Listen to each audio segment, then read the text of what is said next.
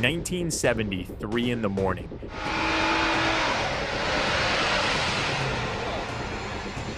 The connecting highway in Queens. Two professional pro stock drag cars line up for a race worth 6 figures in cash. And at both ends of the highway, blocking civilian traffic, uniformed off-duty NYPD officers working the gate, collecting a so-called tip when the race ends and going home. The man paying them is called Brooklyn Heavy. In the 1970s, he ran one of the richest illegal street racing operations on the East Coast. For more than a decade, the NYPD couldn't touch him because he'd made sure they didn't want to. This is how one man turned New York cops into his own pit crew, and why the people who finally stopped him weren't cops at all. Let's start with the cars. These weren't street cars. They were professional pro stock drag racers, the same class of machine that ran at the U.S. Nationals in Indianapolis. A fully built pro stock ran tens of thousands of dollars in 1970s money. Serious factory-grade machinery, not street builds. Heavy had 5 or 6 of them running at the same time. You didn't drive a pro stock to the starting line. The gearing wouldn't let you. You trailered it in at 3 in the morning onto a stretch of the Brooklyn-Queens Expressway running through Queens, a below-grade trench racer simply called the Connecting. Robert Moses's Triborough Authority had started building it in the late 30s, and by the 70s it had become the longest, flattest, unmonitored strip of asphalt in New York City.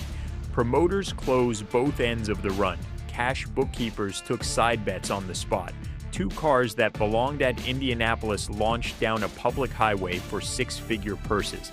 And at the on-ramps, in full uniform, off-duty NYPD officers held back civilian traffic until the pass was clean.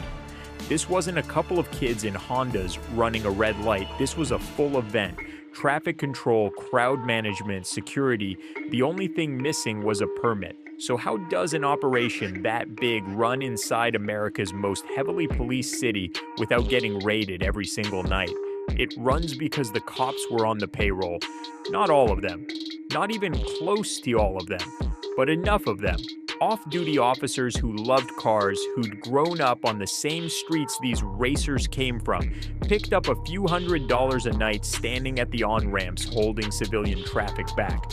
The money was nothing next to the purses, but it bought the one thing the racers couldn't buy any other way, a guarantee that for the 60 seconds it took to run a quarter mile, nobody official was going to interrupt. Think about that for a second. A working NYPD officer in uniform, providing crowd control for an illegal pro-stock drag race. And not as a one-time favor, as recurring infrastructure.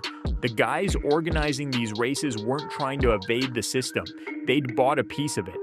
Heavy didn't invent this, but he was the one who ran it at a scale nobody else could match.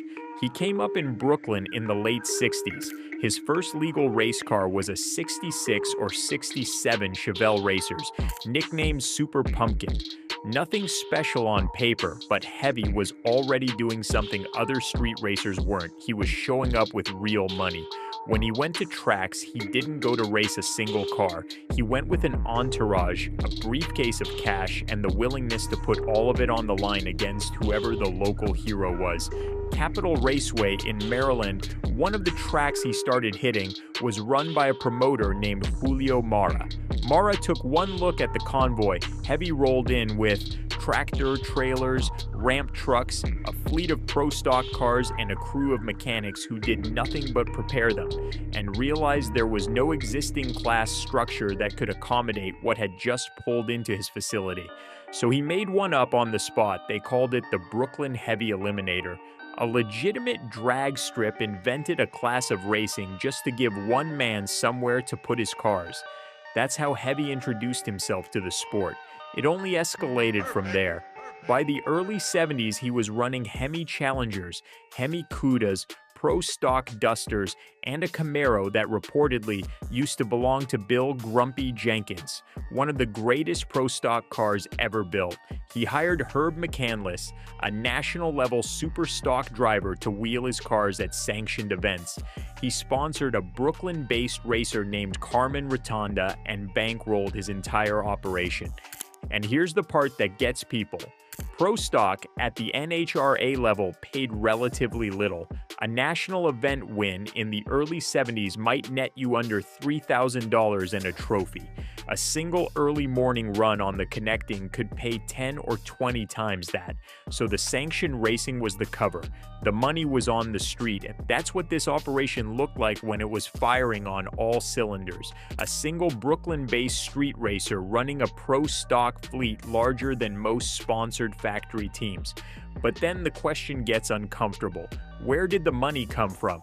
Hemi owned a tuning shop. He had legitimate businesses.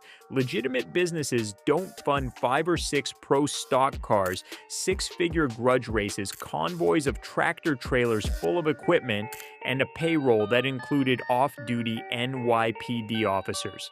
The answer, in the words of one racer from the era, long after the fact, and phrased with heavy quotation marks, was that Hemi was in the import and distribution business. Not cars, not parts. Something the federal government took considerably less kindly to. We'll come back to that, because for most of the 70s, the business and the racing ran side by side, and from the street's perspective, everything looked like the cleanest operation in New York. The races kept happening, the purses kept climbing.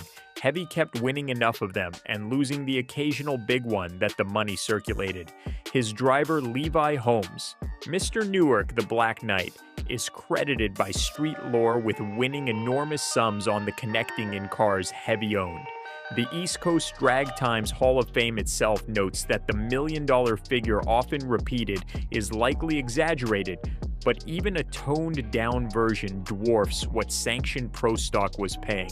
Somewhere in this era, 2 cars reportedly met on a New York street for what insiders called the quarter mile, a street race on public asphalt for $250,000 in cash. The specifics of who drove, when, and for whom get contested depending on who's telling it.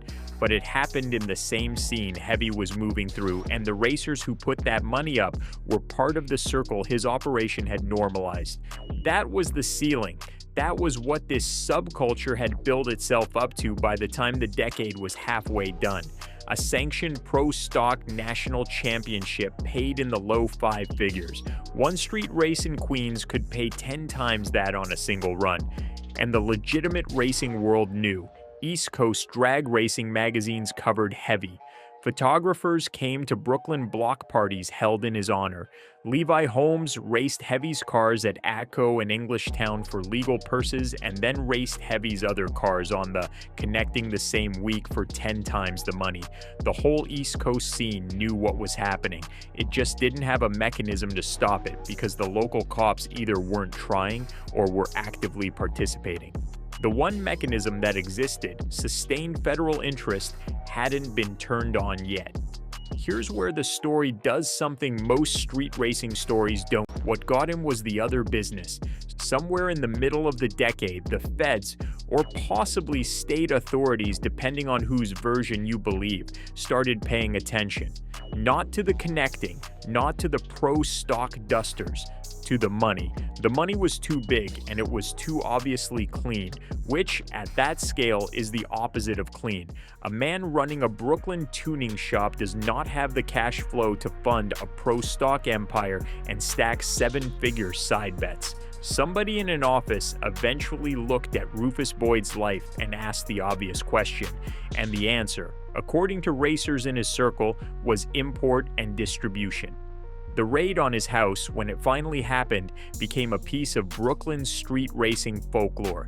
The number racers in his circle circulated, not a court figure, not a DOJ release. A rumor that got repeated until it felt like record was that investigators walked out of his residence with over $1.5 million in cash. $1.5 million in a house in Brooklyn. That's the kind of figure that tells you everything about the scale of what was running underneath the racing. You don't keep that much money at home because it's convenient. You keep it there because it can't go through any institution that reports to the federal government. Hemi went away. The phrase that circulated in the drag racing community was that he'd become a guest of the state. Some accounts say federal prison for trafficking, others just call it tax trouble. Public records are thin, so the specifics stay inside the rumor, but he was gone long enough that the racing world treated him as past tense. His cars got sold off or retired. Levi Holmes kept racing for a while, but the scene Hemi had built started to contract without him funding it. And this is where the quiet part gets said out loud. The connecting racing scene didn't die because the cops finally got their act together. It died because the guy bankrolling the biggest purses went to prison for something else. Pull the money out and the operation can't sustain itself. The off-duty cops go back to being just off-duty. The pro stock cars go back to being legal only. The connecting goes back to being a commuter highway. One man's case ended a decade of unchecked illegal drag racing in the biggest city in America. Not because prosecutors targeted the racing, because they targeted him. There's a moment in the story that tells you more than the rest of it combined. A body shop in Brooklyn that painted some of Hemi's cars got a call one afternoon. Could they make fiberglass molds of a 1974 Mustang II, a car that hadn't been publicly released yet? The shop said they didn't have molds for a car they'd never seen. The Hemi crew said they'd be there the next day. The next afternoon, a van pulled up.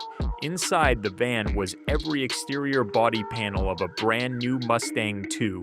Hoods, fenders, doors, quarter panels. Every piece you'd need to replicate the body of a car Ford had not yet started shipping to dealers. The shop owner asked what to do with the steel parts once the fiberglass molds were made.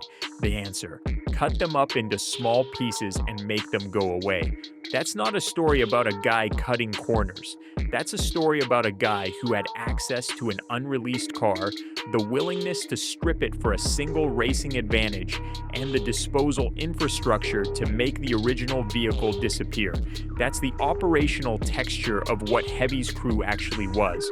Racing was one line of business. Whatever fed into that crew included channels most legitimate shops did not have access to, and they did it because every fractional advantage mattered. Fiberglass body panels weigh less than steel. In a pro stock car where final elapsed time comes down to hundredths of a second, a lighter front clip could mean a tenth off a quarter-mile run. Hemi's crew, when presented with, "We need lighter panels for a car that doesn't exist yet," answered by sourcing the car that didn't exist yet and cutting it apart. His face was public, his name was public, his cars had his name painted on the doors in racing sponsorship script. He did on-camera interviews outside Brooklyn bodegas.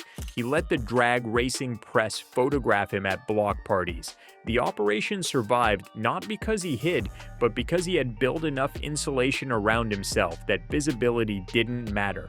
Off-duty police as his traffic control, a network of mechanics, drivers, and distributors who depended on his money. A community that wasn't going to give him up because Hemi was the community. The one consistent thing the modern generation has shown is that hiding is a depreciating asset. Hemi's answer to that problem 50 years earlier was to not hide at all. Go public, get popular, get loved. Make sure that the cost of taking you down is higher than the cost of looking the other way. It wasn't about evading surveillance, it was about making sure the surveillance didn't want to do its job. That strategy ran for more than a decade. It only broke when a different agency, one that didn't care about drag racing and wasn't within reach of Brooklyn's local politics, decided it did want to do its job. Hemi came out of prison eventually. By the time the racing world saw him again, the scene he'd built was mostly gone. The connecting had been locked down by increased highway patrol. Most of the old crew was either dead out of the game or racing sanctioned events for a fraction of the old money. Hemi didn't try to rebuild. He worked on cars, he showed up at block parties, he gave on-camera interviews, and talked like a man who'd been through something and wasn't in a rush to put himself back in front of it. One of the people who interviewed him in his later years said the same thing everyone who met him said. Hemi was a gentleman, polite, soft-spoken, the kind of person you'd never guess had spent the 70s running the biggest cash-fueled street racing operation on the East Coast. On January 2nd, 2010, Rufus Boyd died. The Headhunters Car Club had held a block party in his honor while he was still alive. Burnouts on the street, a barbecue, photos of Hemi in an orange shirt surrounded by people who'd known him for 40 years, smiling at a camera like a man who'd made peace with his own history. Drag Racing Underground filmed it. After his death, the family played that footage at his wake. The cars he'd campaigned, the ones that hadn't been sold off during his prison years, started surfacing in collectors' hands. Restorations began. One of his cars, a Challenger, ended up in England, where it ran for years as London Hemi. Another of his cars made it to Sweden, where it's reportedly still running. The legend that had lived underground for the length of his operation started getting written down, piece by piece, in drag racing magazines and Hall of Fame write-ups. The East Coast Drag Times Hall of Fame inducted Levi Holmes, the driver who, in cars Hemi owned, became a legend on the connecting. In that induction piece, Hemi got a paragraph, less a feature than a footnote, the man who'd funded the era mentioned almost in passing as context for somebody else's career. That's how one of the biggest street racers of the 70s ended up in the historical record. As context, the modern street racer is more visible and less successful.